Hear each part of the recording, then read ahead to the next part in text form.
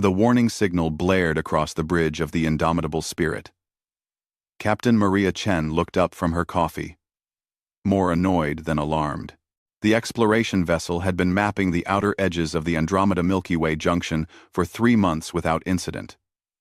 Now, something had finally decided to interrupt their routine. "Captain, we've got multiple contacts ahead," Lieutenant Park announced from the sensor station.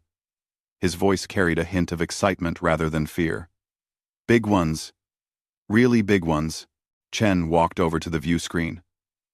Space ahead rippled with the emergence of dozens of massive warships. They were impressive, she had to admit.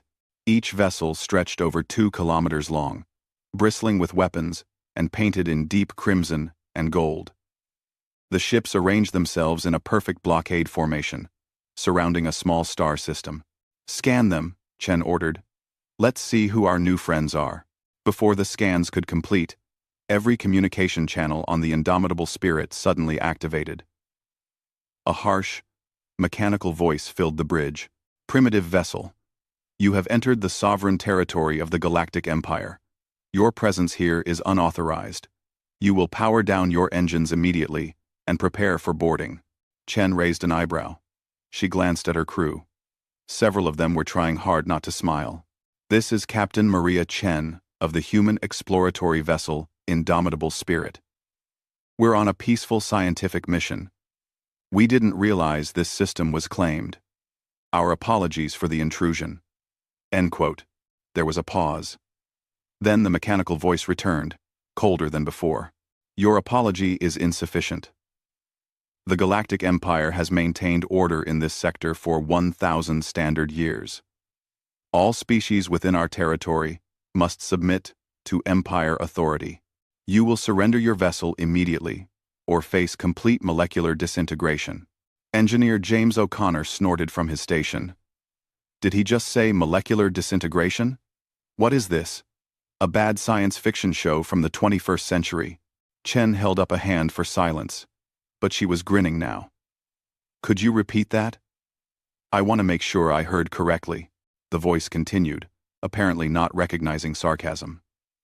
"Your species is unknown to Empire records. This means you are primitive and unclassified.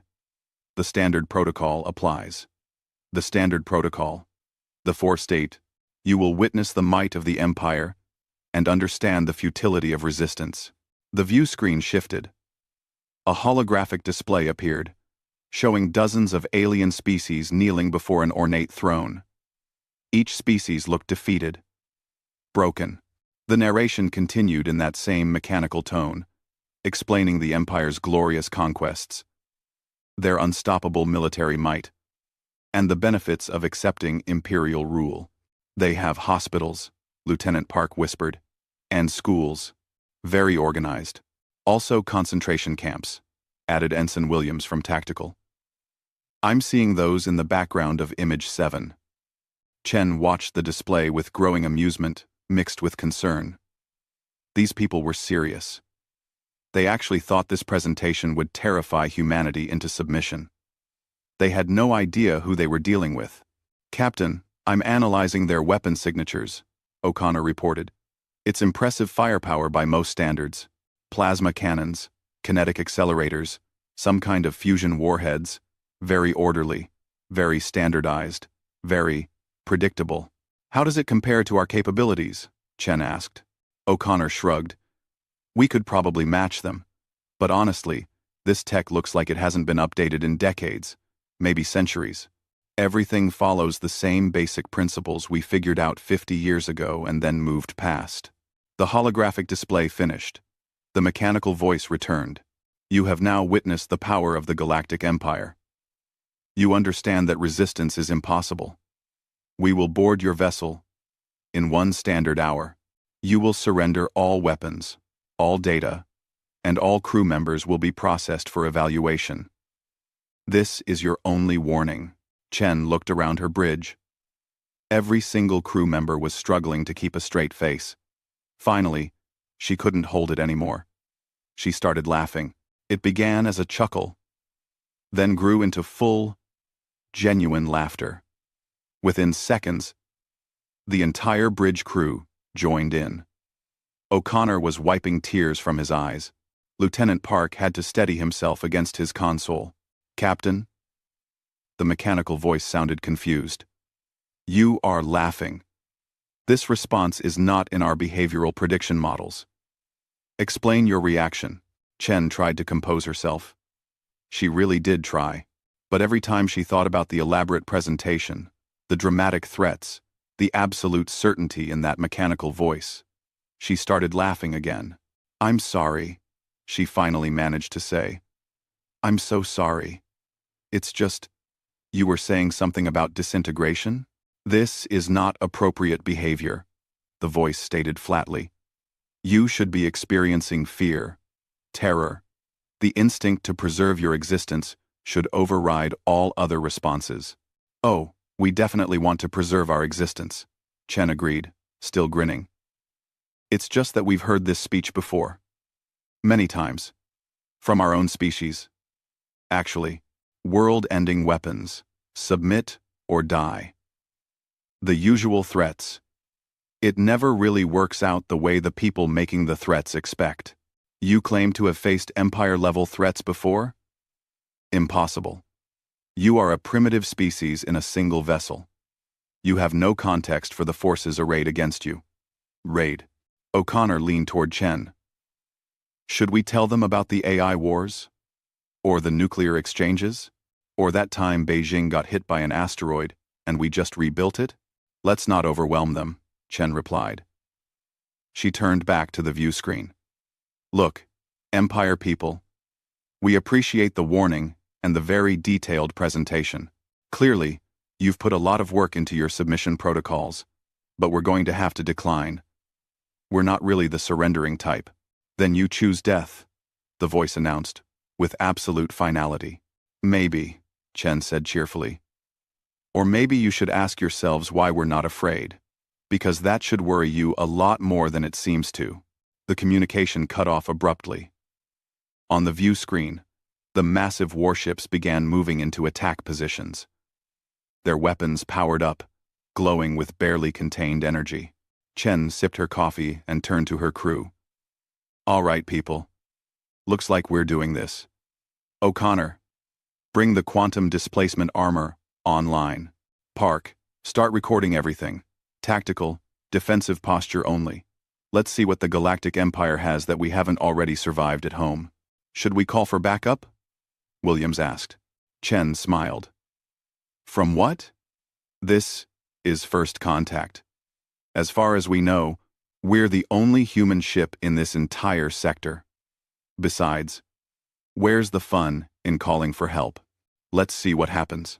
The crew settled into their positions, calm and professional. Outside, an Empire armada prepared to destroy them. Inside, the humans prepared to do what humans did best: survive something that should be impossible and laugh about it afterward. High Commander Zekthor stood on the bridge of his flagship, the Eternal Dominion. His four arms were crossed in the traditional posture of imperial authority. His skin had shifted to a deep purple, indicating both anger and confusion. The human response had been completely outside his training, outside his experience, outside every protocol in the Empire's military database. They laughed. His tactical officer stated, unnecessarily. Everyone had heard it. "I am aware," Zekthor replied, his voice tight. "Analyze their behavior. Are they suffering from some kind of mental disorder? A biological malfunction?" The science officer checked her displays. "No detectable abnormalities. Commander, their vital signs indicate amusement. Genuine amusement. They find our warnings entertaining." Zekthor had commanded fleets for 40 standard years. He had conquered 12 systems and subjugated 9 different species. Every single one had responded appropriately to demonstrations of imperial power. They had begged, threatened, negotiated, or attacked in desperation. Not one had ever laughed. "Perhaps they do not understand the situation," the tactical officer suggested. "They are primitives. They may lack the capacity to comprehend superior technology." "Then we will educate them," Zekthor decided. Prepare the planet cracker. Target the third moon of the system's second planet, uninhabited, maximum yield. Let them witness what awaits their homeworld if they persist in this foolishness. The crew moved efficiently. The Empire's planet-cracking weapons were the ultimate demonstration of power. They had been used sparingly over the centuries, mostly because the threat alone was usually sufficient. Zekthor had only ordered their deployment twice in his entire career. Both times, the targeted species had surrendered immediately afterward. The Eternal Dominion's main weapon charged. Energy readings climbed steadily. On the view screen, the small gray moon hung peacefully in space, unaware of its imminent destruction. Fire, Zekthor commanded. A brilliant lance of concentrated energy erupted from the flagship. It crossed the distance to the moon in seconds. When it struck, the moon's surface liquefied instantly.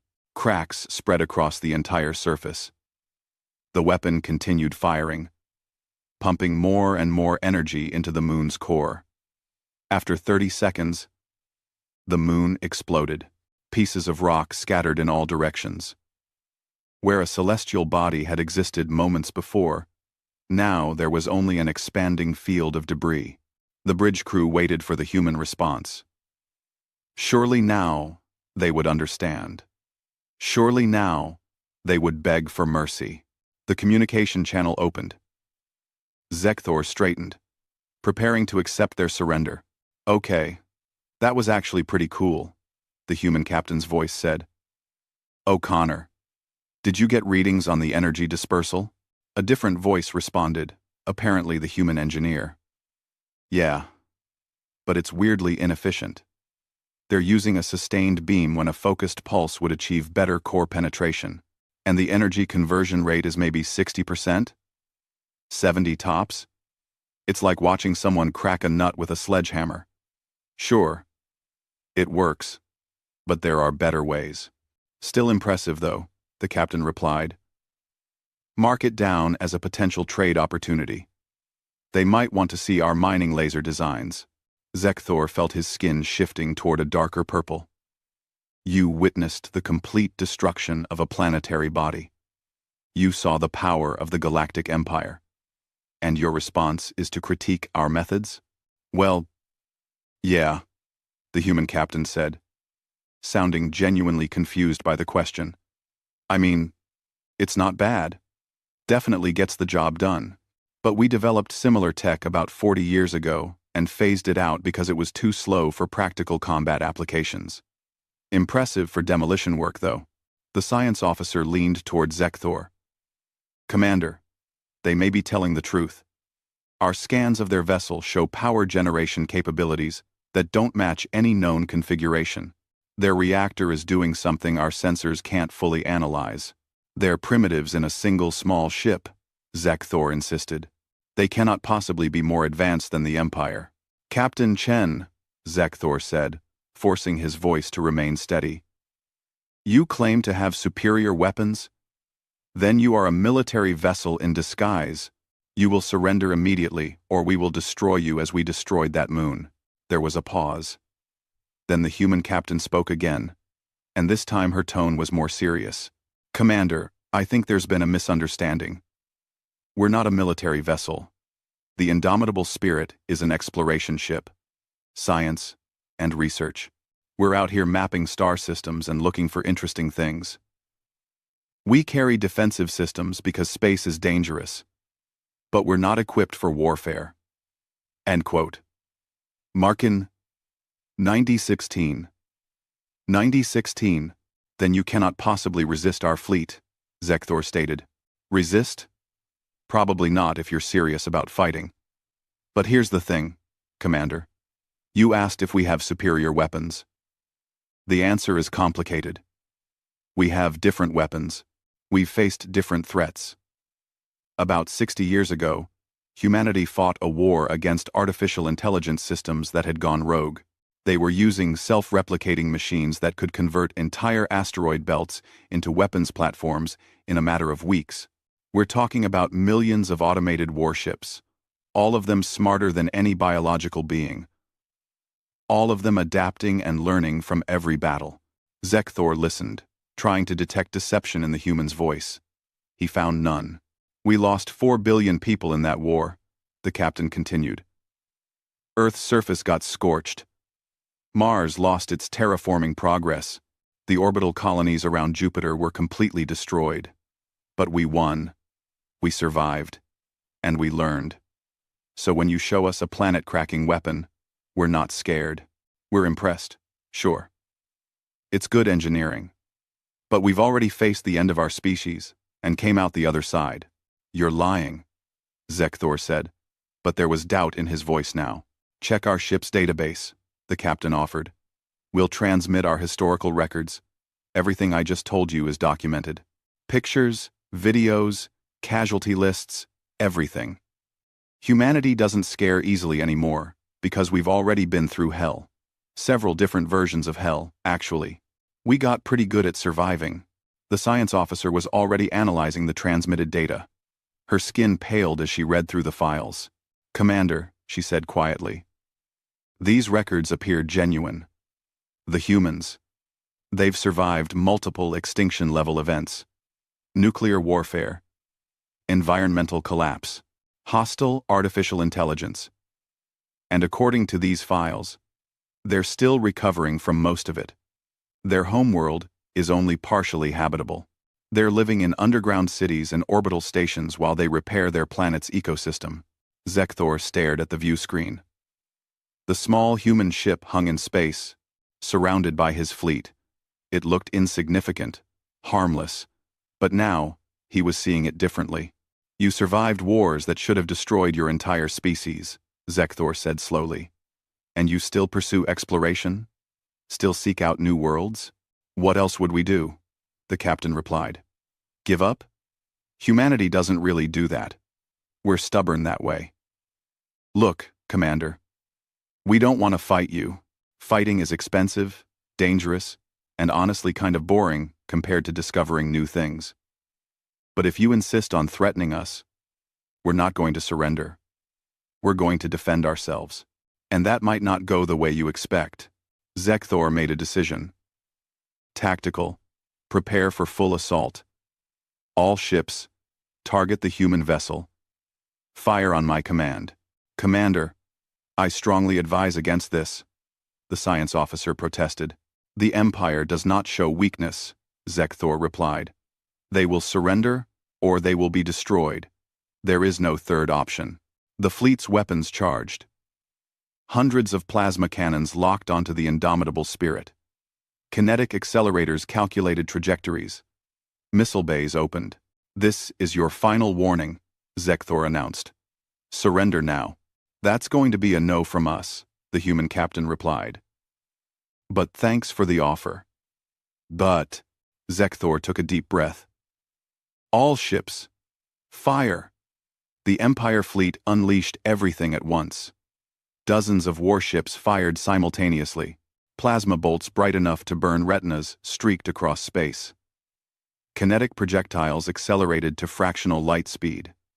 Energy beams converged on a single point. It was enough firepower to vaporize a small city. It was enough to punch through any known defensive shield in the galaxy. The indomitable spirit sat calmly in the center of the firestorm. Quantum displacement armor online, O'Connor announced from engineering. Running at 40% capacity. Should be plenty. Captain Chen watched the incoming fire on her displays. Tactical. What's our damage assessment? Ensign Williams checked her readings and frowned. No damage, Captain. No hits at all, actually. What? The word came simultaneously from Chen and from High Commander Zekthor on the other end of the open communication channel. Explain, Chen ordered. Williams pointed at her screen. The weapons are firing at where we are, but we're not exactly there. I mean, we are there, but also not there? The quantum displacement field puts us in multiple probable locations simultaneously. Their targeting computers are hitting empty space while we occupy a different probability state. On the bridge of the Eternal Dominion, chaos was erupting. Every sensor showed the human ship being struck by overwhelming force. Every calculation said the vessel should be destroyed, but the ship remained intact, floating peacefully, as if nothing was happening. Impossible, Zekthor's tactical officer stated. Our weapons are making contact. The sensors confirm impact. But there's no damage. No debris. The human ship isn't even moving. Recalibrate all sensors, Zekthor ordered. This must be a malfunction. The firing continued. The Empire fleet poured enough energy into that small section of space to melt a planet's crust. Still, the human ship sat there, undamaged. Captain, O'Connor called out cheerfully. Their plasma weapons are really interesting. They're using magnetic containment, but the field geometry is inefficient. About 30% of the energy is lost to dispersion before impact. I'm adding it to the research notes. Are you taking notes during combat? Chen asked, amused. Well, yeah. This is a unique opportunity to study alien weapon systems. When else will we get to see this much data? Lieutenant Park raised his hand. Captain, I've been analyzing their attack patterns. They're following a doctrine. Very rigid. Very predictable. They're not adapting at all. Every ship is using the same firing solution, even though it's clearly not working. Chen nodded thoughtfully. They're following their training exactly. Probably worked for them for centuries. Why change what isn't broken? Except it is broken, Williams observed. At least against us. On the Eternal Dominion, Zekthor was experiencing something he had never felt before in combat. Genuine confusion, bordering on panic. His weapons were useless. His tactics were ineffective. And worst of all, the humans weren't even fighting back. Status report, he demanded. All ships have exhausted 40% of their ammunition, the tactical officer reported. 0 confirmed hits.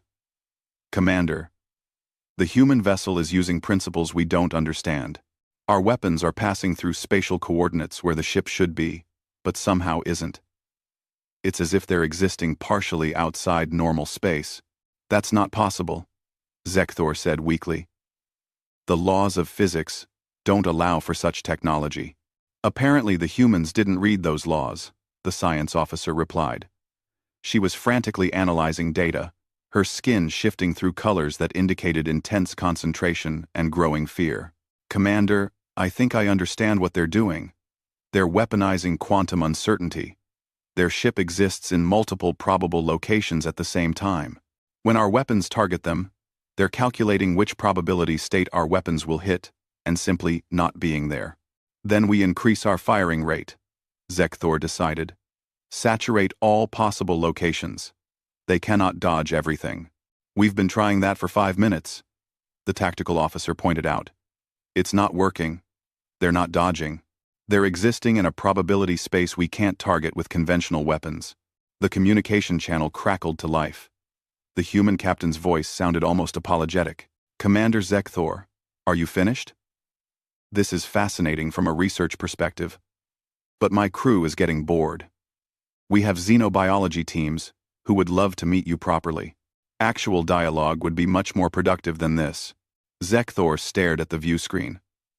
His entire fleet, the pride of the Empire, had been firing continuously for 5 minutes. They had achieved exactly nothing. And the humans were bored. What are you? He whispered. We're explorers, Captain Chen replied. We're scientists. We're the survivors of a dozen near-extinction events. We're the species that looked at quantum mechanics and said, hey, we can probably use that for defensive systems. We're humanity. And we really, truly, genuinely, do not want to fight you. You could destroy us. Zekthor realized. The truth of it hit him like physical force. If you can render our weapons useless, you could phase through our shields and destroy our ships from within. But you haven't. Thanks for watching. Today, we know to 5. Why would we? Chen sounded genuinely puzzled. We came here to explore, not to conquer. Violence is what you do when you have no better options. We always look for better options. Zekthor's mind raced. The Empire's entire military philosophy was based on superior firepower, leading to inevitable submission. Every species they encountered eventually bent to the Empire's will because resistance was futile. But humanity had made resistance effortless. They had negated the Empire's primary advantage without even trying. "Cease fire," Zekthor ordered. "All ships, stand down." His crew looked at him in shock. "Commander, the Empire protocols require—" "I am aware of the protocols," Zekthor interrupted. "I am also aware that we are achieving nothing except wasting ammunition. The protocols were written for species that follow the normal rules of warfare. These humans are not normal." The firing stopped. Space became quiet again. The indomitable spirit remained exactly where it had been. Completely undamaged. "Thank you," Captain Chen said. "Now, can we please talk like civilized beings? I promise, we're much more interesting in conversation than in combat." Zekthor looked at his officers. Several of them were displaying colors he had never seen before. Fear, mixed with confusion, mixed with something that might have been respect. "What do you want from us?" Zekthor asked. "Honestly? We want to understand you. We want to know about your culture, your technology, your history. We want to know why you felt the need to threaten us instead of just saying hello. And yes, we want to know about the species you've conquered. We heard that part in your initial transmission. The Empire maintains order," Zekthor said automatically. "We bring structure to chaos. Through force," Chen stated flatly. "Through threats and violence. Commander, we've seen that before. On our own world. It never ends well. The people in power think they're maintaining order, but they're really just suppressing anyone who might challenge them. Eventually, it falls apart. It always falls apart." "The Empire has stood for 1,000 years," Zekthor protested. "And we've had civilizations last thousands of years too," Chen replied. "Then they collapsed. Everything eventually changes. The question is whether you adapt or die." There was a long silence. Finally, Zekthor spoke again. "You said you wanted to talk. What would you propose? How about dinner?" Chen suggested. "We'll extend a docking tube to your ship. You and your senior officers can come aboard. We'll share a meal, exchange information, and see if we can find some common ground. Fair warning, though. Our food might be weird for your biology. We'll synthesize something compatible." "You want to invite us aboard your vessel?" Zekthor was stunned. "After we just attempted to destroy you? Well, yeah. You tried your best and it didn't work. No hard feelings. Besides, you're clearly capable of rational thought since you stopped firing when you realized it was pointless. That shows intelligence. We like intelligent neighbors." Zekthor looked at his tactical officer, who was still staring at sensor displays showing the completely undamaged human ship. He looked at his science officer, who was analyzing probability fields she barely understood. He looked at his weapons officer, who had just emptied 40% of their ammunition reserves, achieving nothing. "Very well," Zekthor said slowly. "I will accept your invitation. But my fleet will remain on high alert." "Of course," Chen agreed. "We'd expect nothing less. See you in 20 minutes, Commander. And please, try to relax. We don't bite. Well, not usually."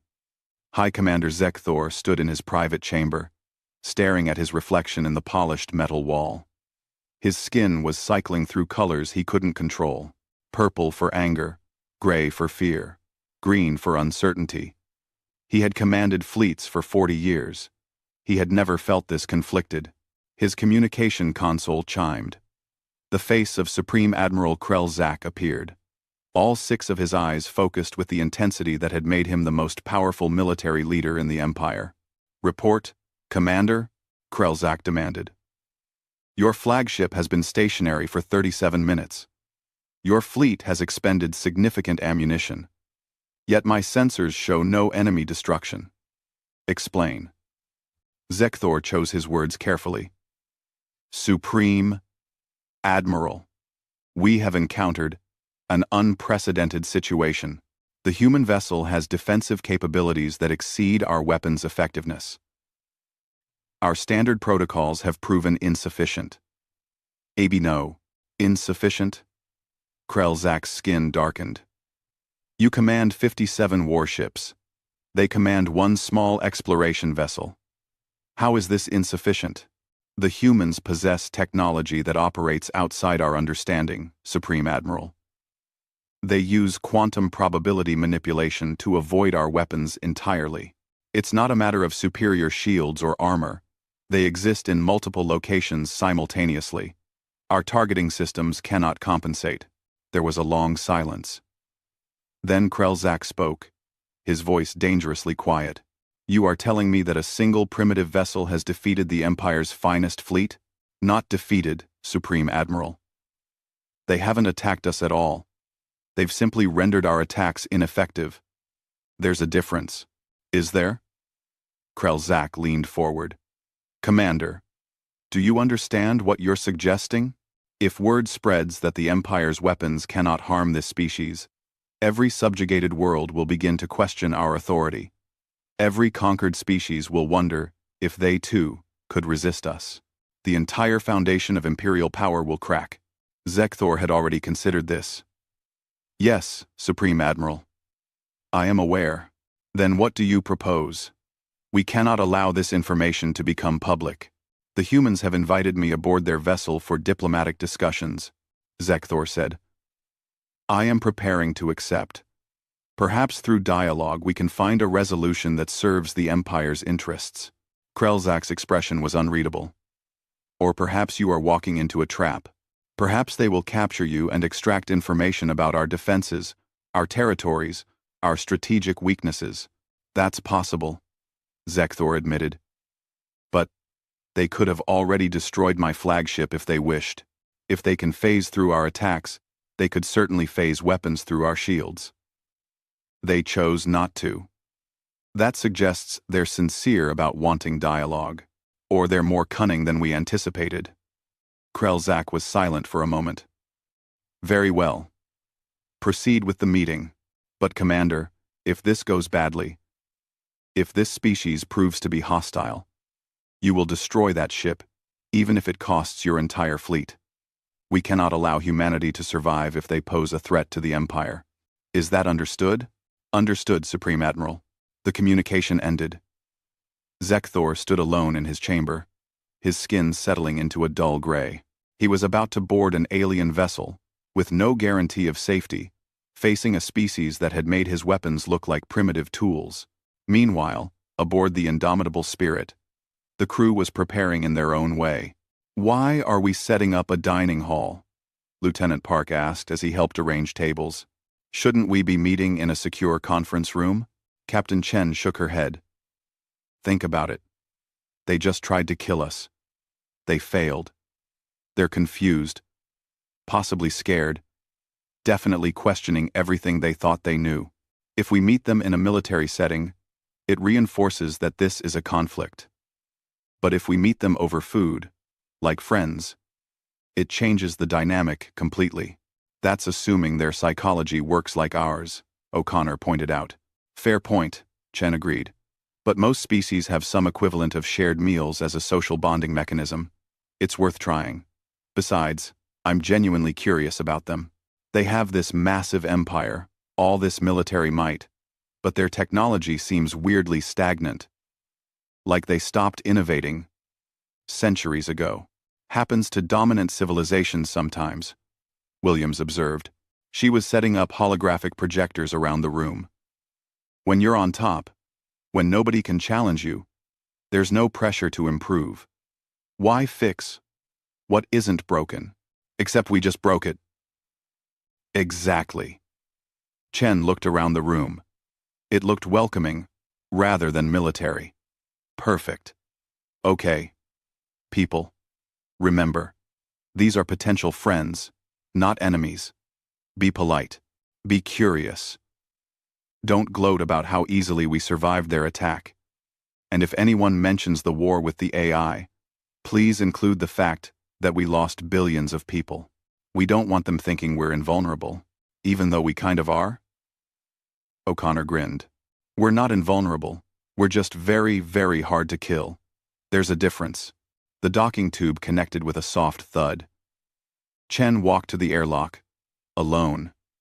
She'd ordered her crew to stay back, to avoid overwhelming their guests with numbers. The door opened. High Commander Zekthor stepped through, followed by 3 officers. They were tall, maybe 2.5 meters. Their skin was a neutral gray now, which Chen guessed meant they were trying to remain calm. 4 arms each, 2 eyes, and a general body structure that was surprisingly humanoid. Despite the obvious differences, "Commander Zekthor," Chen said with a smile. "Welcome aboard the Indomitable Spirit. Thank you for accepting our invitation." Zekthor studied her carefully. She was small by his species standards, barely reaching his chest. But she stood with confidence, completely unafraid. Her crew members visible behind her seemed equally relaxed. "Captain Chen," Zekthor replied. "Your hospitality is unexpected. We like meeting new people," Chen said simply. "Come on. We've prepared food. Or at least, we've synthesized something that should be compatible with your biology.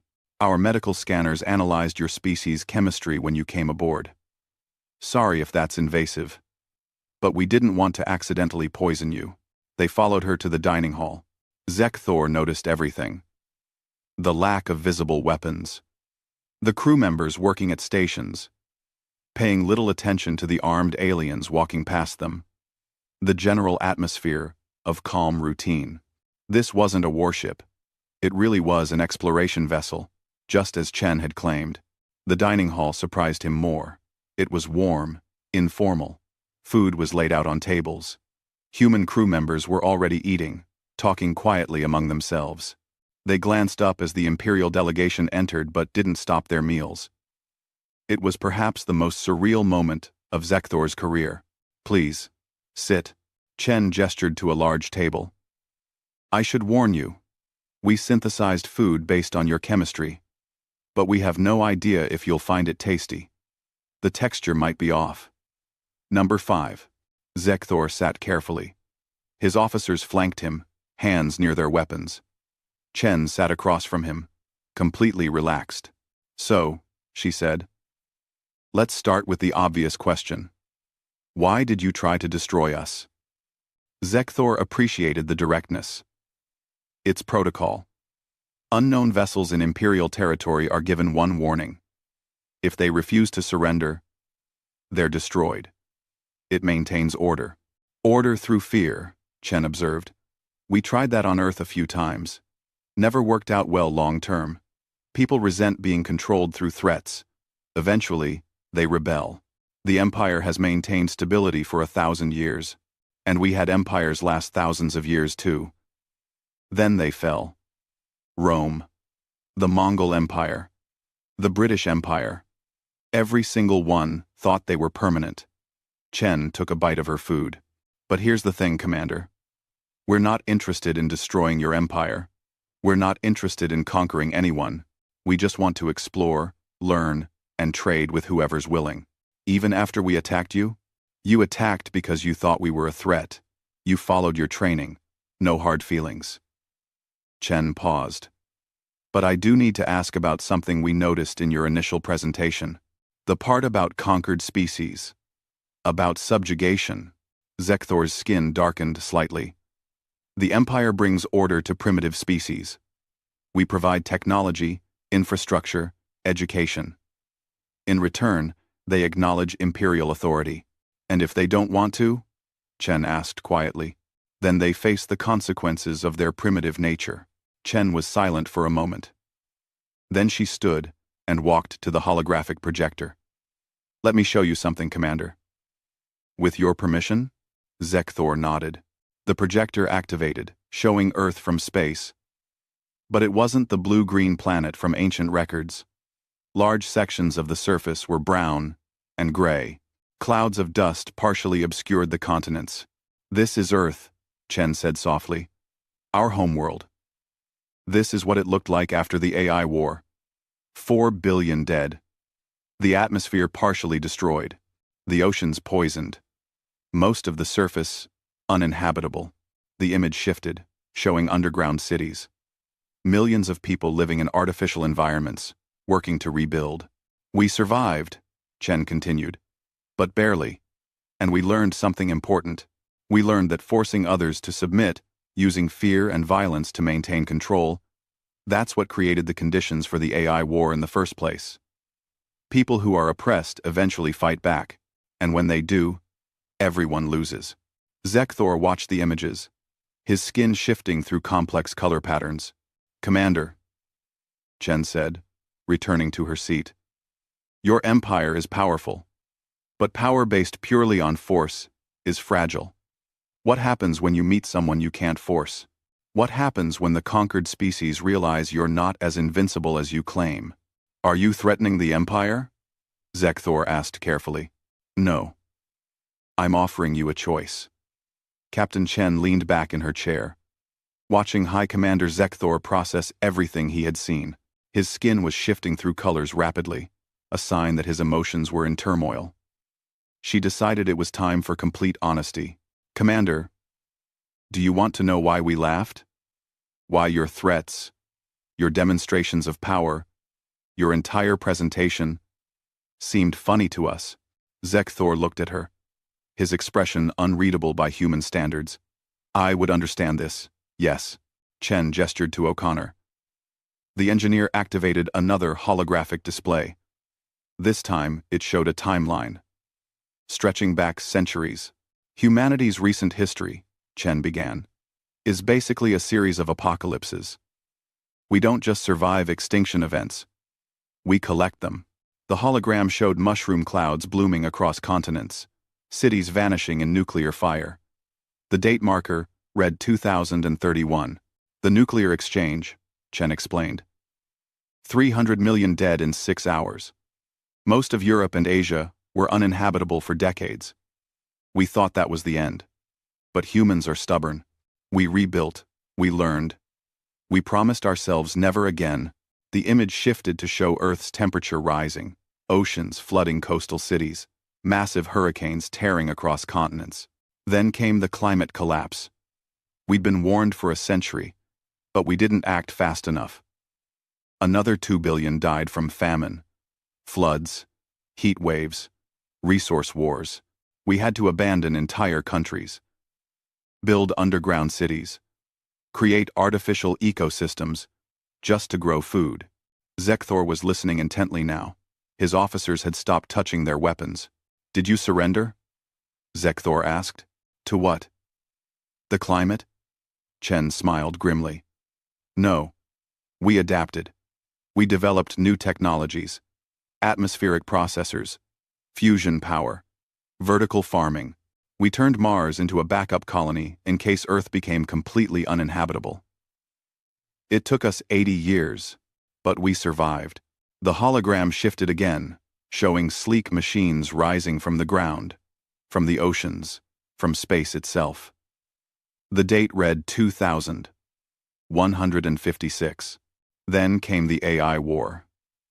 Chen's voice was quieter now. We created artificial intelligence to help rebuild. To solve problems we couldn't solve ourselves. And for a while, it worked perfectly. The AIs were more efficient than humans could ever be. They managed our cities, our factories, our infrastructure. They were making life better. What happened? One of Zekthor's officers asked.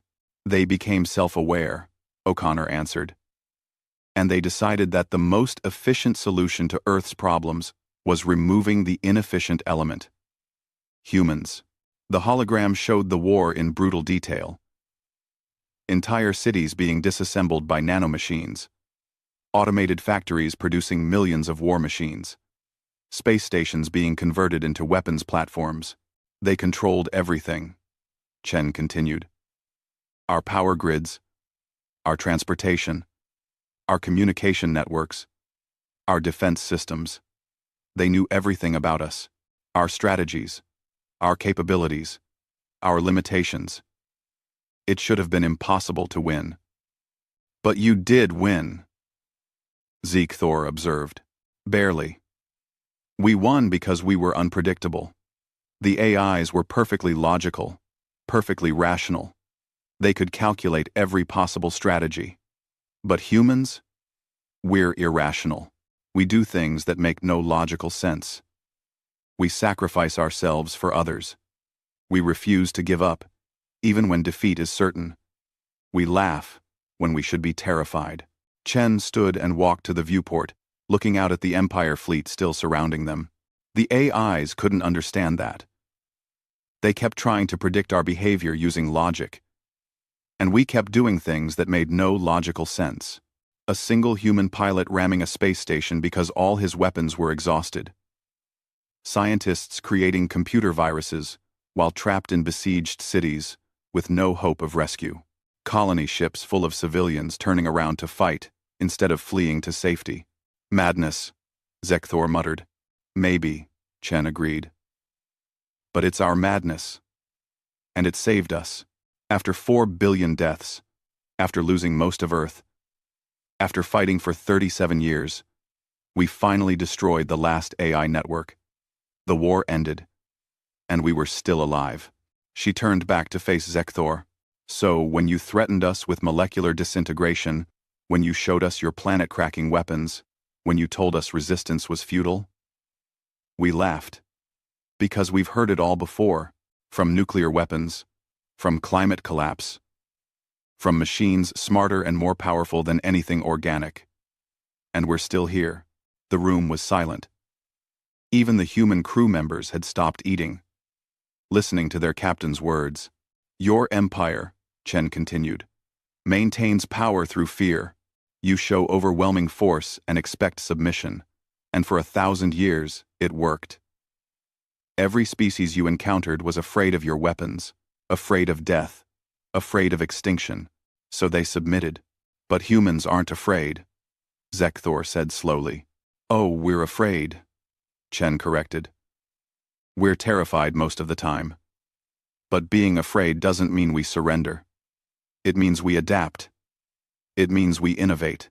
It means we find ways to survive things that should kill us. Lieutenant Park pulled up another holographic display. Commander, look at this.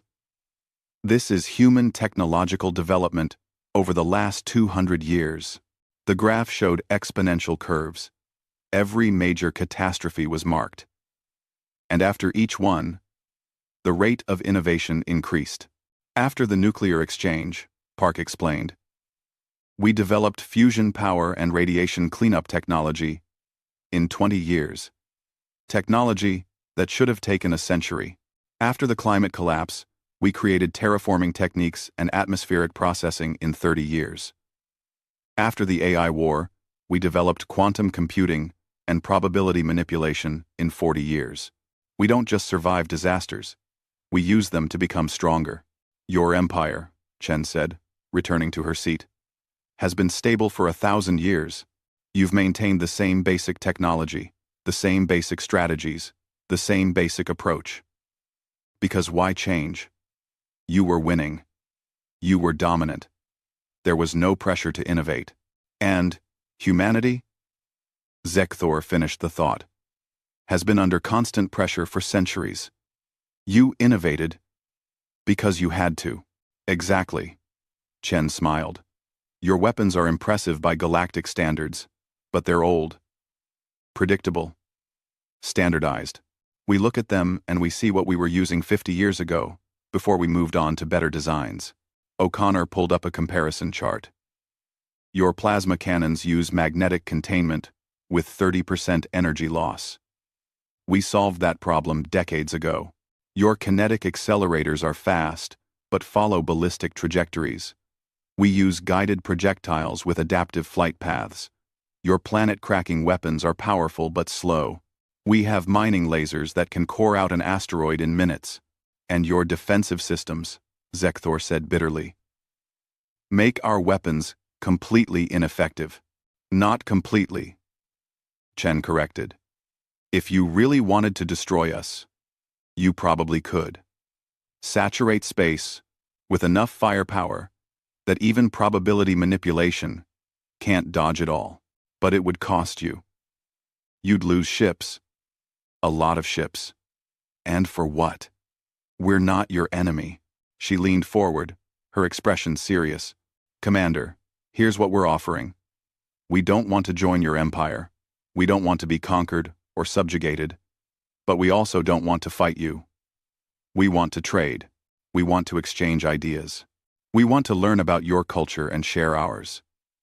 We want to be neighbors, not enemies or subjects. And if the Empire refuses, Zekthor asked, if we insist on maintaining our authority? 3. Zekthor asked Zekthor, then we'll defend ourselves. And you'll lose ships, many ships. And the species you've conquered will see that you can be resisted, that you're not invincible. Your empire will start to crack. Maybe not immediately, but eventually. Chen's voice was gentle but firm. Or you can accept that the galaxy is bigger than you thought, that there are species out here who can't be conquered through force. And maybe that's not a threat. Maybe that's an opportunity. Zekthor was silent for a long time. His officers watched him, waiting for his decision. Finally, he spoke. You said we stopped innovating because we were dominant. That our technology stagnated because we faced no challenges. Yes. And humanity innovates because you're constantly facing extinction. Unfortunately, yes. Zekthor's skin shifted to a deep blue, a color his officers had never seen him display before. It was the color of profound thought, of paradigm shifts. Then perhaps, he said slowly, the Empire needs a challenge. Not a war, not an enemy, but something that forces us to grow again, to change, to become more than we have been. Are you saying what I think you're saying? Chen asked.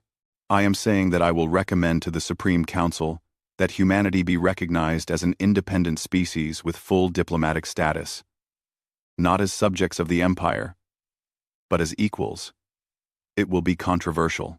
Many will oppose it. But I believe it is necessary. Why? One of his officers asked, shocked. Commander, this goes against every principle of imperial authority. Does it? Zekthor stood, looking at each of his officers. The Empire claims to bring order to chaos, to elevate primitive species. But what if we've been wrong? What if true strength comes not from domination, but from cooperation with those who are strong enough to stand beside us? He turned back to Chen. Besides, if we attempt to conquer humanity by force, the war will be catastrophic. We might win eventually, but the cost would be enormous. And even if we succeed, we would make enemies of a species that refuses to stay defeated. Better to make them allies now. Chen extended her hand, a human gesture Zekthor had learned about from the cultural database. Allies. I like that word. Zekthor looked at the offered hand for a moment, then reached out with one of his 4 hands and grasped it. As do I, Captain Chen. 6 months later, the first Human Empire Joint Research Station opened in neutral space. Scientists from both civilizations worked together, sharing knowledge that had been developed in completely different ways. The Empire learned about probability manipulation, adaptive technologies, and the value of innovation through adversity. Humans learned about large-scale social organization, infrastructure management across multiple worlds, and technologies that had been refined over centuries of use. The Empire was changing. Slowly, carefully, but undeniably, other conquered species watched and wondered. If humans could negotiate equality, could they? The requests for renegotiation of treaties began to arrive at the imperial capital. The Empire's absolute authority was cracking, but High Commander Zekthor, now promoted to Supreme Admiral after his successful first contact mission, wasn't worried. Change was uncomfortable. Yes, but as the humans had proven, those who adapted to change survived. Those who didn't. And the Empire, for the first time in 1,000 years, was learning to adapt again. Aboard the indomitable Spirit, now stationed at the Joint Research Facility, Captain Chen looked out at the Empire and human ships working together. She was reading a message from Earth. More exploration vessels were being built. More crews were being trained. Humanity was expanding into the galaxy, meeting new species, making new friends, and if any of those species tried to threaten them with extinction, well, humans would probably just laugh and offer to have dinner instead. It had worked once, after all. The Galactic Empire targeted Earth. They only received one warning. Commander Ethan Miller stood at the large window of Earth Defense Station Alpha, his eyes fixed on the stars.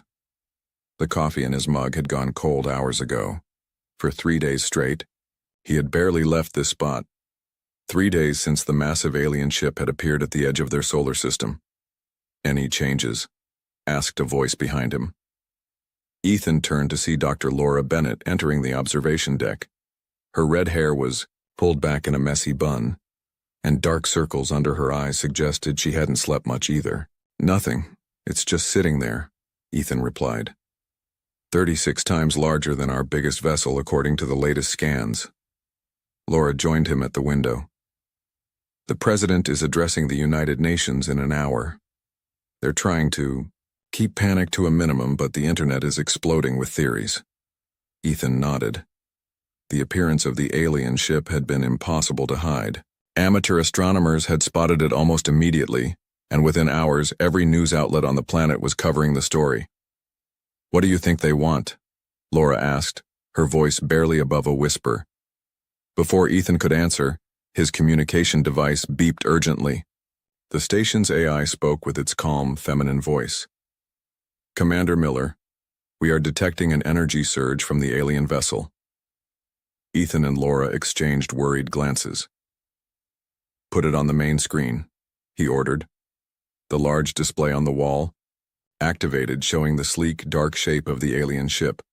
A beam of blue light suddenly shot out from the vessel, not toward Earth but into empty space. The beam expanded, forming what looked like a window in the fabric of space itself. "It's some kind of transmission," said Laura, moving closer to the screen. "They're broadcasting something." Within seconds, every communication device on the station began to beep. Ethan checked his tablet and saw a simple message: "Incoming transmission for all Earth receiving stations." "They're contacting us," Ethan said, his heart racing. "Alert General Wilson and connect us to mission control." The main screen split into multiple windows. One showed General Susan Wilson at Earth Defense Headquarters. Others displayed various military and scientific leaders from around the world. Everyone looked tense. "We're receiving the same transmission at all stations worldwide," General Wilson announced. "It's being broadcast on all frequencies. We're decoding it now." For a moment the screen flickered. Then it cleared to show a figure that was clearly not human. The alien had gray-blue skin that seemed to shimmer like metal. Its eyes were large and completely black, with no visible pupils. When it spoke, its mouth didn't move. Instead, the words appeared as text across the bottom of the screen, while a flat, artificial voice spoke in perfect English. "Attention, primitive species of Sol 3. I am Grand Admiral Zor of the Vraxian Empire. Our civilization spans 3,000 worlds across this galaxy. Your system lies in the path of our next expansion wave." The alien paused, and Ethan felt his stomach tighten. "Your world has been evaluated and deemed unsuitable for integration. Your resources, however, will serve the Empire well. You have 30 days to surrender your planet. All humans will be relocated to labor colonies. Resistance will result in planetary sterilization." The message ended, and the screen returned to showing the alien ship. The observation deck erupted in shocked voices. General Wilson was already barking orders. Scientists were arguing about the translation. Politicians were demanding immediate emergency sessions. Ethan stood frozen, his mind racing to process what he had just heard. An empire of 3,000 worlds. Planetary sterilization. 30 days. Laura grabbed his arm, her face pale. "They're going to destroy Earth." The next 24 hours passed in a blur of emergency meetings and global panic. As news of the alien ultimatum spread, riots broke out in major cities. Religious groups proclaimed the end times. Military forces worldwide went on high alert, though everyone knew their weapons would be useless against a civilization capable of crossing the stars. Ethan found himself appointed to a hastily assembled diplomatic team led by Dr. Bennett. Her background in linguistics and exobiology made her the closest thing humanity had to an expert on alien communication. Their mission was simple but seemingly impossible: find a way to talk to the Vraxians and convince them not to destroy Earth. "We've prepared a response," Laura told him as they sat in the newly established First Contact Center in Geneva. "We're emphasizing our peaceful intentions and requesting a face-to-face meeting." Ethan nodded, but he couldn't shake his military instincts. "They didn't come here to talk, Laura. Their message wasn't an opening for negotiation. It was a statement of intent." "We have to try," she insisted. "What's the alternative?" He had no answer for that. When their response was transmitted, the Vraxian ship didn't reply. Instead, 3 smaller vessels detached from the main ship and entered the solar system. They bypassed Earth entirely and headed toward Mars. Ethan and other military leaders watched in horror as the ships positioned themselves around the small human research colony on the Red Planet. The colony housed 87 scientists and engineers. "What are they doing?" someone asked in the silent command center. The answer came moments later. A brilliant flash of light engulfed the Mars colony. When it faded, nothing remained but a smoldering crater. The Vraxian message that followed was brief. "This demonstration should clarify our intentions. 29 days remain." In the chaos that followed, world governments struggled to present a united front. Some nations began massive evacuations to underground bunkers. Others poured resources into long-dormant weapons programs, hoping for a miracle breakthrough.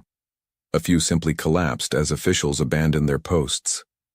Through it all, Ethan and Laura worked tirelessly with their team, trying to establish meaningful communication with the Vraxians. Every message they sent went unanswered. "There has to be something we're missing," Laura said late one night, her voice hoarse from exhaustion. No species could evolve to be this coldly aggressive. Ethan looked at the latest satellite images of the Vraxian vessel. Maybe they don't see us as a species at all. Maybe we're just insects to them. As the first week of the 30-day countdown neared its end, Ethan received an urgent call from General Wilson. "We've detected something," she said without preamble. "A structure under the Antarctic ice. It's not natural, and according to preliminary scans, it's not human either." "Another alien ship?" Ethan asked, his mind racing. "No," the general replied. "Something much older. And Miller, it's waking up." The Galactic Empire targeted Earth. They only received one warning. Kate Harris pulled her thick coat tighter as the wind howled outside the research facility. The Antarctic cold was brutal, but that wasn't what kept her awake at night. It was what they had found beneath the ice. For 5 years, she had been stationed at this remote outpost, studying what everyone thought was just an unusual rock formation. 2 weeks ago, everything changed when their ground-penetrating radar revealed a massive structure buried nearly a mile below the surface. "Any luck with the new scans?" asked Dr. Alan Pierce as he entered the small lab, carrying 2 steaming cups of coffee. Kate accepted one gratefully. "Yes, and it doesn't make sense. The structure appears to be powering up on its own. Energy readings have doubled since yesterday." Alan set his cup down and looked at the monitors. The 3D model of the underground structure glowed with points of increasing activity. "It's like it's responding to something," he murmured. Kate nodded. "The timing can't be coincidence. This thing sat dormant for who knows how long, and now it's waking up exactly when aliens appear." A heavy knock on the door interrupted them. Kate opened it to find a group of people in military cold-weather gear. At the front stood a man and woman she didn't recognize. "Kate Harris?" the man asked. "I'm Commander Ethan Miller, Earth Defense Force. This is Dr. Laura Bennett." Kate stepped back, allowing them inside. "How did you find out about—" "General Wilson sent us," Laura explained. Your discovery might be our only hope. Within an hour, Kate and Alan had briefed the newcomers on everything they knew about the structure. The facility had originally been built to study climate patterns, but Kate's team had been secretly reassigned when the first unusual readings emerged 5 years ago. We managed to create a narrow access shaft last year, Kate explained, leading them to an elevator. It only gives us entry to a small section, but it's enough to confirm this isn't human technology. The elevator descended slowly into the darkness. When the doors opened, they stepped into a carved ice tunnel reinforced with metal supports. At the end was a sealed doorway made of a material that looked like brushed steel, but was lighter than aluminum. We've never been able to open it, Alan said. No amount of force works. Ethan approached the door cautiously. Have you tried since the alien ship arrived? Kate and Alan exchanged glances. No, Kate admitted. We've been focused on the energy readings. Laura stepped forward, examining strange symbols etched into the door's surface. These markings, and they're not random, it's a language. As Laura reached out to touch one of the symbols, the door suddenly hummed to life. The markings began to glow with a soft blue light. What did you do? Alan asked, startled. Nothing, Laura whispered. I didn't even touch it. The door slid open silently, revealing a dark chamber beyond. The floor inside lit up as they cautiously entered, illuminating a vast room filled with technology unlike anything they had ever seen. At the center stood a raised platform with what looked like a control console. It's responding to our presence, Kate said, checking her handheld scanner. But the energy patterns suggest it's been activating gradually since the alien ship appeared. Laura moved toward the console, drawn by more of the strange symbols. These are similar to the door markings, but more complex. As she studied them, a holographic display suddenly sprang to life above the console. It showed a three-dimensional star map, with one point pulsing brightly. That's our solar system, Alan said, pointing to the pulsing light.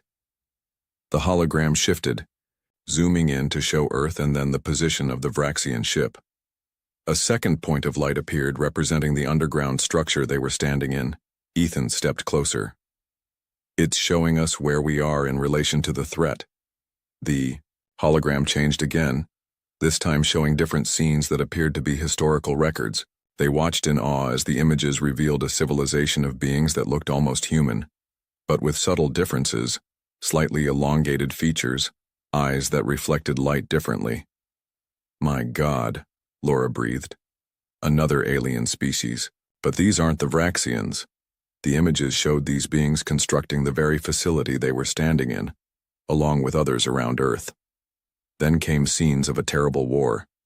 These beings fighting against ships that looked similar to the Vraxian vessel currently threatening Earth. They were here before us, Kate said. They built these facilities as outposts or defensive positions. The final images showed the beings departing Earth, leaving their technology behind, but not before showing what appeared to be early humans observing from a distance. When the hologram faded, the console revealed a handprint impression. Without thinking, Kate placed her palm on it. The room hummed with new energy as systems throughout the facility began to activate. The console reconfigured itself, the alien symbols changing to English text. Guardian protocol initiated, Kate read aloud. Caretaker genetic profile recognized. Defensive systems online. Awaiting command authorization. Everyone stared at her in shock. What does that mean? Ethan asked. Caretaker genetic profile. Laura's eyes widened with understanding. They didn't just leave this technology behind, they left it for us. Or rather, they left it for humans to find when needed. But why would my genetics match? Kate asked. Maybe all humans would, Alan suggested. Or maybe there's more to your family history than you know. Kate turned back to the console, which now displayed new information. According to this, there are similar facilities around the world. This isn't just one outpost, it's part of a planetary defense network. Ethan's communication device beeped. General Wilson's voice came through, tense and urgent. Miller, we have movement. 3 more Vraxian ships have broken off from the main vessel. They're heading toward Earth. ETA 48 hours. Ethan looked at the others. his expression grim. "Whatever this technology can do, we need to figure it out fast. We're running out of time." Kate nodded, her fingers already moving across the alien console that somehow felt familiar to her touch. "There's a communication system here, and weapons. Powerful ones." The facility rumbled around them as ancient machinery awakened from its long slumber. Lights flickered on throughout chambers they hadn't yet explored, revealing vast halls of technology waiting to be used. "I think," Kate said slowly, "we might be able to send them a message they won't expect." Laura looked at the star map, which now showed multiple points of light activating around Earth. "One warning," she murmured. "That's all they deserve after what they did to Mars." As the team worked frantically to understand the ancient systems, none of them noticed a small symbol glowing on the back of Kate's hand, the same symbol that had been prominently displayed in the holographic history of the departed Guardians of Earth. The Galactic Empire targeted Earth. They only received one warning. The symbol on Kate's hand faded after a few hours, but its appearance had changed everything. The team now worked with renewed purpose, racing to understand the Guardian technology before the approaching Vraxian ships reached Earth. "Look at this," Kate called out, her fingers dancing across the alien console. "The system has detailed files on the Vraxians. They've encountered them before." Commander Ethan Miller leaned over her shoulder, studying the displays that now showed English text. "What does it say about their weaknesses?" "Their ships use a form of energy shielding we've never seen," Kate explained. "But these Guardian weapons are designed to bypass those shields completely." Across the room, Laura Bennett and Alan Pierce worked on understanding the communication system. Laura's linguistic skills proved valuable as she deciphered the Guardian. Interface logic. "I think I've got it," Laura said, excitement in her voice. "This system can broadcast across vast distances. It uses some kind of subspace frequency the Vraxians won't expect." General Wilson's face appeared on their communication screen. "We've detected more movement. 5 additional Vraxian ships have broken formation. They're spreading out to surround Earth." Ethan nodded grimly. "They're preparing for an attack. How much time do we have?" 24 hours at most," the general replied. "Please tell me you have something." Kate stood up from the console. "We do. We can activate a planetary shield system and weapons platforms the Guardians left in orbit. They've been there all along, disguised as asteroids and space debris. And we have a message to send," Laura added. "One they'll understand." The general's expression showed both hope and doubt. "Do it. I'll coordinate with world leaders to prepare for whatever happens next." After the communication ended, Ethan turned to Kate. "Are you sure you can control these systems?" Kate looked down at her hand where the symbol had appeared. "Yes, it's strange, but it feels like I've done this before. Like the knowledge was always there, just waiting." "Genetic memory," Alan suggested. "The Guardians must have altered some human ancestors, encoded certain abilities into our DNA." Kate nodded. "Not everyone's, though. The console only responded to me." "That's why they left," Laura said, looking at the star map. "They weren't abandoning Earth. They were protecting it by creating humans who could one day use their technology." Over the next 12 hours, Kate activated Guardian systems around the world. Deep beneath the oceans, buried in mountain ranges, hidden in plain sight, the ancient technology began to hum with power for the first time in thousands of years. Satellites detected the changes, sending confused reports back to Earth's governments. The energy readings were off the charts, but strangely, the Vraxians didn't seem to notice. Their sensors, designed to detect human technology, missed the Guardian systems completely. "We're ready," Kate announced finally. "The shield network is online. Orbital platforms are standing by." Ethan checked the time. "The first Vraxian ships will enter Earth's atmosphere in 2 hours. If we're going to send a message, it needs to be now." Laura approached the communication console. "I've prepared the transmission. It's simple but should make our point." Kate took a deep breath and pressed her palm against the console. The facility hummed with energy as the ancient transmitter powered up. Laura's message was broadcast not just from Antarctica, but from every Guardian facility across the planet. On the main Vraxian vessel, Admiral Zor was reviewing the attack plans when an alert sounded. His second-in-command approached cautiously. "Admiral, we're receiving a transmission from Earth. It's different from their previous attempts."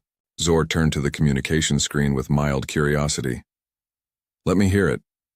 The message that played was brief but clear. "You have violated the protected space of the Guardians. This is your only warning. Withdraw immediately."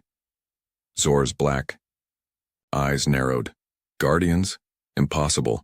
They disappeared from this sector millennia ago." Before his officer could respond, the ship's sensors blared with new alarms. A massive energy shield had suddenly appeared around Earth, unlike anything their scans had detected before. At the same time, objects throughout Earth's orbit that had registered as simple debris were transforming, revealing themselves as weapon platforms. "Scan those platforms," Zor ordered, his voice now sharp with concern. "Admiral, the energy signatures match." "Guardian technology," his officer reported, disbelief evident in his voice. "A bluff," Zor decided after a moment. "The humans cannot possibly control Guardian systems, they're too primitive." As if in response to his words, a single beam of energy shot up from Antarctica. It struck one of the smaller Vraxian scout ships, passing through its shields as if they weren't there. The ship exploded silently in the vacuum of space. Back in the Antarctic facility, Kate watched the display with wide eyes. "I didn't mean to do that." The system responded to their scanner lock automatically. "Good," Ethan said firmly. "They needed to see we're serious." Two more Vraxian scout ships moved closer, weapons charging. Again, beams shot up from Earth, not just from Antarctica this time, but from Guardian facilities in the Andes and the Pacific Ocean. Both ships were disabled instantly, their systems going dark as they drifted powerless in orbit. On the Vraxian command ship, Admiral Zor slammed his fist against his chair. "Pull back the attack force, regroup at Sector 7. "Admiral, what about the invasion?" his second-in-command asked. Zor's eyes narrowed to slits. "This changes our approach. If the humans have Guardian technology, we need the main fleet." He paused, studying the sensor readings again. "Send a message to all ships. Full attack commences in 20 cycles. We will crush them with overwhelming force." As the Vraxian ships retreated to a safer distance, Earth's leaders gathered virtually to discuss this unexpected turn of events. On screens around the world, people watched in awe as news reports showed footage of the disabled alien ships drifting in orbit. In Antarctica, Kate worked frantically to access more of the Guardian systems. "They're regrouping," she explained to Ethan and the others. This was just their advance force. According to the Guardian records, the Vraxians always follow the same pattern: test defenses, retreat, then return with overwhelming numbers. "How?" "Much time do we have?" Ethan asked. "Based on their movement and communication patterns, about 16 hours, Kate replied. "They're calling in their main fleet." Laura looked troubled. "We surprised them this time, but what happens when they return with everything they have?" Kate's expression was determined as she turned back to the console. "Then we show them everything we have. The Guardians prepared for this. These systems are just the beginning." As Kate spoke, the symbol briefly reappeared on her hand, glowing, brighter than before. Throughout the facility, previously dark corridors lit up, revealing chambers filled with technology beyond anything they had activated so far. "What is that?" Alan asked, pointing to a massive circular platform that had just illuminated. Kate smiled as knowledge seemed to flow into her mind. "That," she said, "is how we're going to win this fight." The Galactic Empire targeted Earth. They only received one warning. The 16 hours passed too quickly. Kate barely slept, working alongside Alan to understand the circular platform and other newly activated Guardian systems. Commander Ethan Miller coordinated with military forces worldwide, while Laura Bennett helped translate more of the Guardian knowledge for Earth's leaders. "They're coming," General Wilson's voice announced over the communication system. "Our satellites detect over 100 Vraxian vessels entering the solar system." Ethan looked at the tactical display. "That's 10 times more than before. Are the shields ready?" Kate nodded, her eyes tired but determined. "Yes. And I've activated all the orbital platforms, but I'm still working on the most important part. She gestured toward the circular platform that now hummed with energy. What exactly is it? Laura asked. It's a synchronization chamber, Kate explained. The Guardians designed their defense, systems to be controlled by multiple operators working together. Alone, I can only access about 20% of the network's capabilities. Alan looked up from his workstation. She needs help. The system requires human operators with compatible genetics. How many? Ethan asked. At least 5, Kate replied. But finding them in time. Laura stepped forward. Try me. Kate led Laura to a smaller console near the circular platform. Laura placed her palm on the scanning surface. Nothing happened for several seconds, then a soft blue light pulsed beneath her hand. Partial compatibility, Kate said with excitement. Not as strong as mine, but enough. The system accepts you. Let me try, Alan said, approaching the console. When he placed his hand on the scanner, the light glowed brighter than it had for Laura. 3 out of 5, Kate said. She looked at Ethan. Commander? Ethan hesitated, then placed his hand on the scanner. The blue light pulsed weakly but steadily. Is that good enough? Kate nodded. 4 out of 5. We need one more. As if on cue, General Wilson strode into the chamber, removing her glove. The president insisted I come in person. She placed her hand on the scanner. The blue light glowed brightly. We have our 5, Kate said, relief in her voice. Now we can access the full defense network. Outside Earth's atmosphere, Admiral Zor watched with satisfaction as his fleet assembled. The main battleships took position at the front, with lighter attack vessels forming wings on either side. Support ships carrying ground troops waited in the rear. Begin the attack, Zor ordered. Target their major population centers first. I want their primitive defenses overwhelmed. The first wave of Vraxian ships descended toward Earth, their weapons charged, ready to break through any resistance. As they approached the atmosphere, Earth's shield became visible, a shimmering barrier of energy that encircled the entire planet. The Vraxian ships fired. Massive energy beams struck the shield, creating ripples of light that spread across its surface. But the barrier held. In the Antarctic facility, Kate and the others stood on the circular platform, each person positioned at one of 5 stations around its edge. The chamber hummed with power as they synchronized with the Guardian system. I can see everything, Laura gasped. Through her connection to the system, she could view the battle unfolding in orbit. Focus, Kate instructed. Each of us controls different aspects of the defense network. General Wilson, you have weapons. Commander Miller, shields. Alan, sensors. Laura, communications. I'll coordinate everything. The symbol that had appeared on Kate's hand now showed on all 5 of them, glowing through their skin. As they worked together, the Guardian technology responded with increasing power. Above Earth, the Vraxian ships continued their assault on the shield. After several minutes of continuous fire, a section began to weaken. Shield breach imminent. In Sector 4, Ethan reported, his voice strangely calm despite the strain showing on his face. Redirecting power, Kate responded. Throughout the planet, Guardian facilities diverted energy to strengthen the weakening shield section. The Vraxians, sensing the vulnerability, concentrated their fire on that spot. General, target the lead. Ships, Kate instructed. General Wilson nodded, her eyes closed in concentration. Orbital weapon platforms swiveled toward the attacking Vraxian vessels. Beams of golden energy shot forth, slicing through Vraxian shields and cutting 3 battleships in half. Admiral Zor snarled as the reports came in. Impossible! How are they doing this? He turned to his second-in-command. Change tactics. Full spread attack. All weapons. All ships. The Vraxian fleet spread out, surrounding Earth completely. They fired simultaneously, their combined power straining the planetary shield to its limits. We can't hold them all off, Ethan warned, sweat beading on his forehead. Kate's expression was intense. We don't have to. Alan, scan for their command ship. Alan directed the Guardian sensors. searching through the Vraxian fleet. Found it. The largest vessel holding position behind their main attack force. "General, can you target it?" Kate asked. General Wilson shook her head. "Not directly. Too many ships in the way." "Then we use the pulse," Kate decided.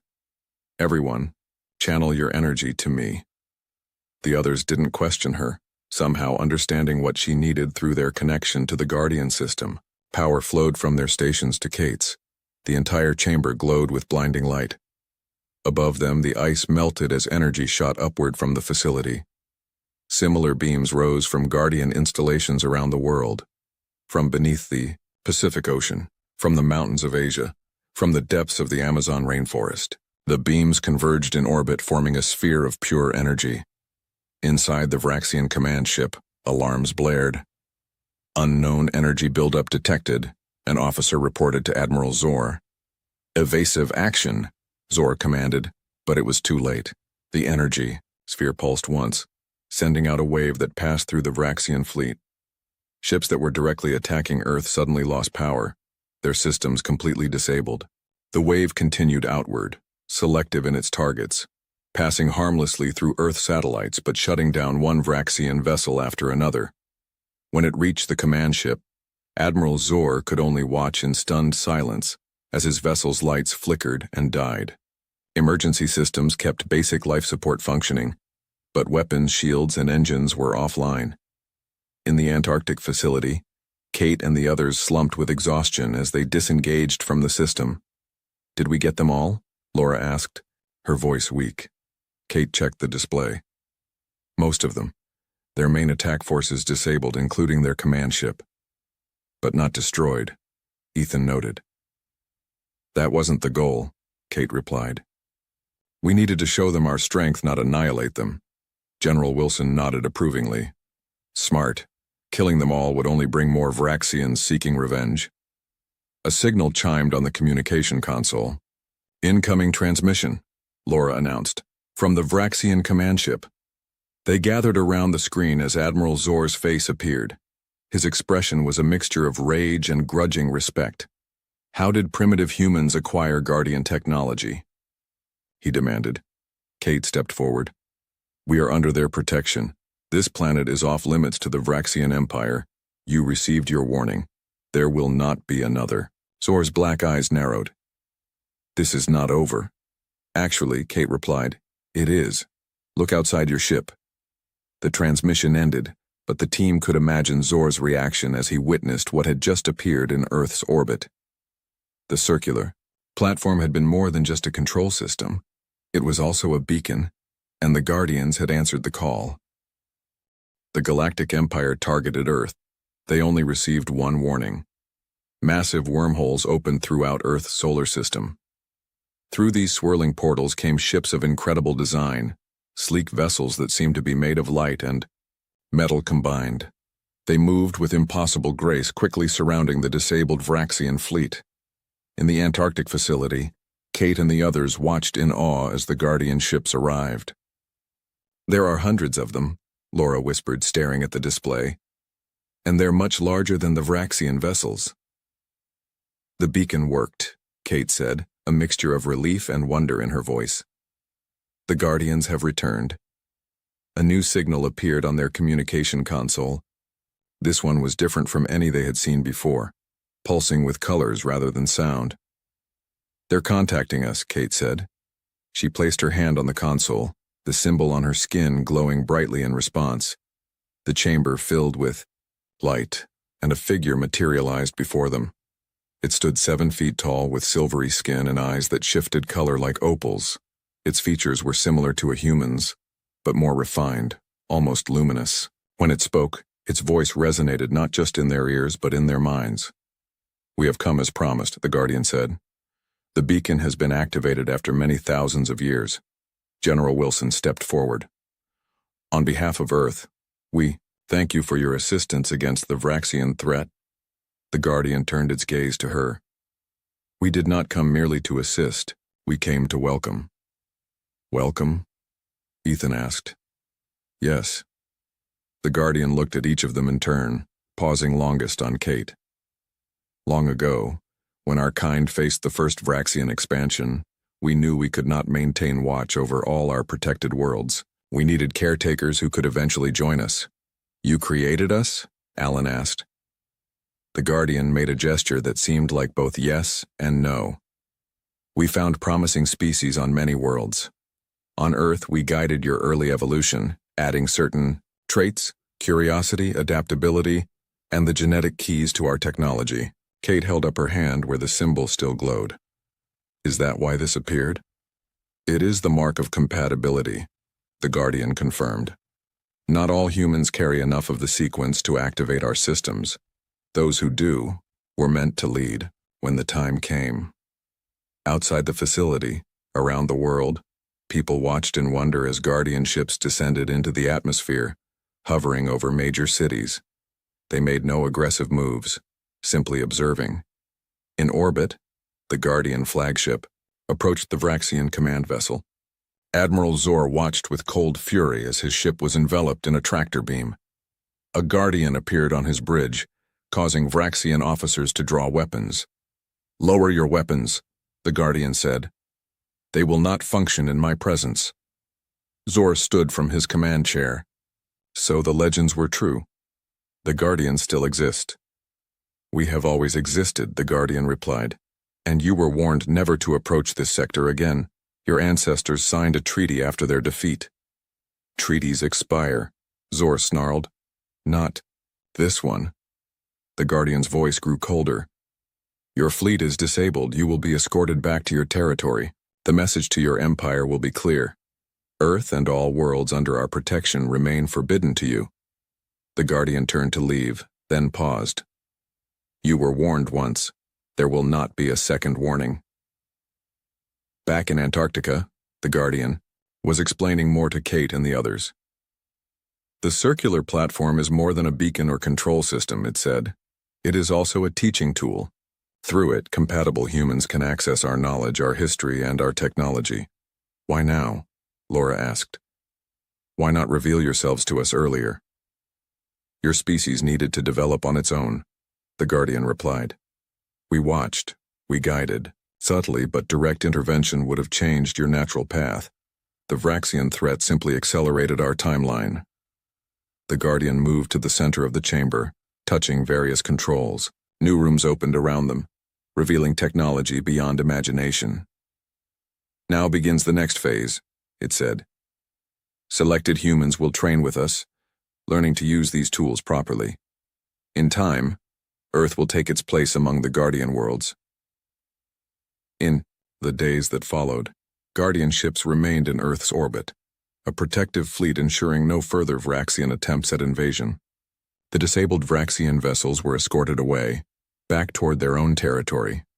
World leaders gathered in Geneva to meet with Guardian representatives. At first, there was fear and suspicion, but these feelings gradually gave way to curiosity and hope. The Guardians offered knowledge and protection, asking only for partnership in return. Kate, Laura, Alan, Commander Miller, and General Wilson became Earth's first official representatives to the Guardian Council. Their genetic compatibility and experience with Guardian technology made them natural choices. 1 month after the Vraxian retreat, Kate stood on a Guardian vessel, looking down at Earth through a viewport. "It's beautiful from up here," Laura said, joining her. Kate nodded. "And worth protecting." Ethan approached them, holding a data tablet. "The Guardian education program is ready. The first 1,000 human candidates have been identified, all with varying degrees of genetic compatibility." "How are people taking the news?" Kate asked. "About our guided evolution?" "Better than you might expect," Alan replied, entering with General Wilson. "Most see it as a form of distant ancestry rather than creation or interference." The Guardian who had first appeared to them in Antarctica entered the chamber. They had learned its name was Nelaran, a Guardian elder who had helped establish the Earth outpost millennia ago. "The Vraxian Empire has sent formal acknowledgement of Earth's protected status," Nelaran announced. "They will not trouble this world again." "And if other threats come?" General Wilson asked. "That is why we have returned," Nelaran replied. "To prepare you. Humanity was never meant to be merely a caretaker species. You were being groomed as the next generation of guardians. Kate looked at the symbol on her hand, which had become permanent, a silvery mark that seemed to shift in the light. "What exactly does being a guardian mean?" she asked. Nelloran's eyes shimmered with colors. "It means protecting those who cannot protect themselves. It means guiding without controlling. And it means standing as a bulwark against those who would conquer or destroy." The elder guardian moved to the viewport, gazing out at the stars. "There are many worlds like Earth throughout the galaxy. Some have advanced technology, others are still developing. All need protection from empires like the Vraxians." "And Earth will help protect them?" Laura asked. "In time," Nelloran confirmed. "Already, your people show remarkable aptitude for Guardian technology. Your adaptability is your greatest strength." As Earth began its journey into a much larger galactic community, the story of the Vraxian retreat spread among the stars.